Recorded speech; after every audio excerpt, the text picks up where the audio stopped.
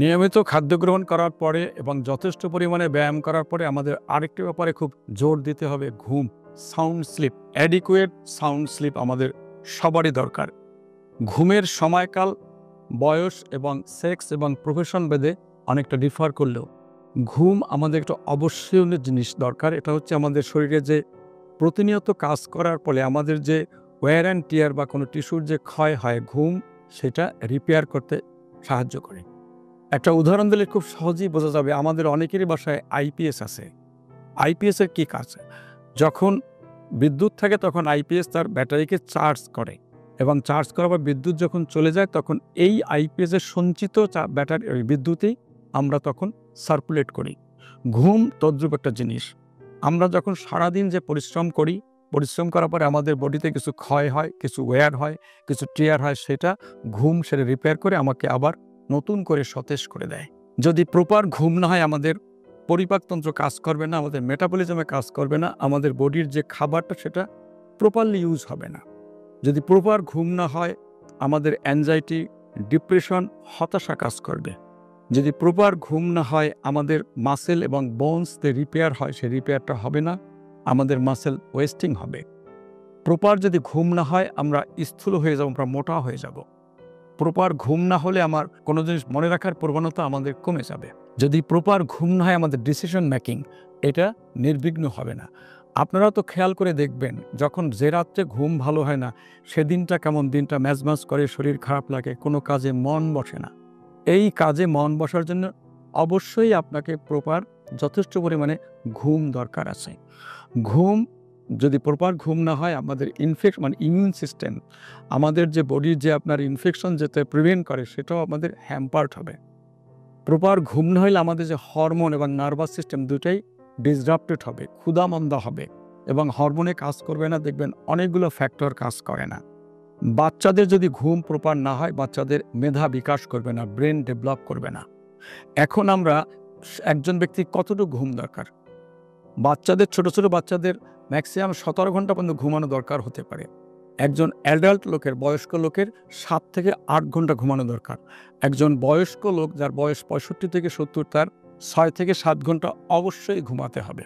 ঘুমটা কেমন হবে? ঘুমটা হবে সাউন্ড স্লিপ। আপনি কখন ঘুমাবেন? অবশ্যই আল্লাহ তাআলা রাত তৈরি করছে ঘুমের জন্যে আর দিন তৈরি করছে কাজের জন্যে। আমরা সেটাকে যথেষ্ট অনার করে আমরা অবশ্যই রাত্রেবেলা ঘুমাবো। কখন ঘুমাতে যাব? আমরা রাতের খাবার আমরা আগেই বলছি রাত 9টার ভিতরে শেষ করব। আমরা রাত 11টার দিকে ঘুমোতে যাব। ঘুমের আগে আমি একটু খালি পায়ে পদচারণা করতে পারি, হাঁটাচলা করতে পারি, ফ্রি হ্যান্ডে কিছু এক্সারসাইজ করতে পারি। খুব বেশি হলে মৃদু সাদা পানি খেতে পারি। অবশ্যই আমরা কোনো ইলেকট্রনিক ডিভাইস যেমন টিভি দেখা, ইউটিউব দেখা এটা ঘুমের আগে অবশ্যই বন্ধ করতে হবে। আমি রাত 11টা থেকে ঘুমাতে যাওয়ার পরে যখনই সাউন্ড স্লিপ হবে আমি 5টার দিকে উঠে গেলাম, নামাজ পড়ার পরে দরকার বোধে আমি আরও কিছুক্ষণ ঘুমিয়ে নিলাম। আপনারা হয়তো খেয়াল করে দেখবেন যে সমস্ত লোকজন রাতে ডিউটি করে, স্পেশালি নৈশ প্রহরী, তাদের ভিতরে একটা স্টাডিজে দেখা গেছে তারা সকালবেলা যখন বাসায় হেঁটে যায় তারা অ্যাক্সিডেন্ট করে যখন ঘুম কম হয়। দিনের বেলা সে হয়তো 1 সেকেন্ড, 5 সেকেন্ড, 10 সেকেন্ড ঘুমিয়ে নেয়, এটা বলা হয় মাইক্রো স্লিপ। এই মাইক্রো স্লিপ যখন করে সে আসলে তার জানে না সে কোথা দিয়ে হাঁটতেছে, সে সেফলি হাঁটতে পারে না, ফলসে পথচারী অ্যাক্সিডেন্ট হয়। আপনারা অনেক সময় দেখবেন যে যখন আমরা গাড়িতে চলি অনেক ড্রাইভাররা চট করে ঘুমিয়ে গেলে না মাইক্রো স্লিপ হয়, গাড়ি অ্যাক্সিডেন্ট করে। তখন আমরা বলি যে ড্রাইভার ঘুমাইতেছিল। আসলে ড্রাইভার ঘুমাইছিল, মাইক্রো স্লিপ মানে অল্প সময়ের জন্য সে ঘুমাইতেছিল। ঘুম এজন্য আপনার একান্ত দরকারি জিনিস। ঘুম না হলে আপনার কনফিউশন তৈরি করবে, আপনার হতাশা তৈরি করবে, মানসিকভাবে আপনি ডিসেবল থাকবেন, আপনি সিদ্ধান্ত গ্রহণে পারবেন না এবং আপনার সারা দিনটাই খারাপ যাবে। এই জন্য আপনাকে অ্যাডিকুয়েট ঘুম দরকার, যথেষ্ট ঘুম দরকার। আপনার ভালো স্বাস্থ্যের জন্যে অবশ্যই ঘুমাবেন, সুন্দরভাবে ঘুমাবেন এবং ঘুমালে আপনি অনেক ভালো থাকবেন। আপনারা হয়তো জেনে থাকবেন অনেকে জাপান সরকার জনগণকে ঘুমের জন্য উদ্বুদ্ধ করে। অফিস টাইমে তারা ঘুমার জন্য তারা স্পেশাল ব্যবস্থা করে দিচ্ছে। অর্থাৎ তারা জানে একটা ওয়ার্কার বা একটা কর্মচারী যখন ঘুমাবে তখন সে তার কাজের আউটপুট ভালো হবে এবং সে কাজে নিরবচ্ছিন্ন থাকবে। অতএব আমাদের সকলেই উচিত অ্যাডিকুয়েটভাবে ঘুমানো এবং সঠিকভাবে ঘুমানো।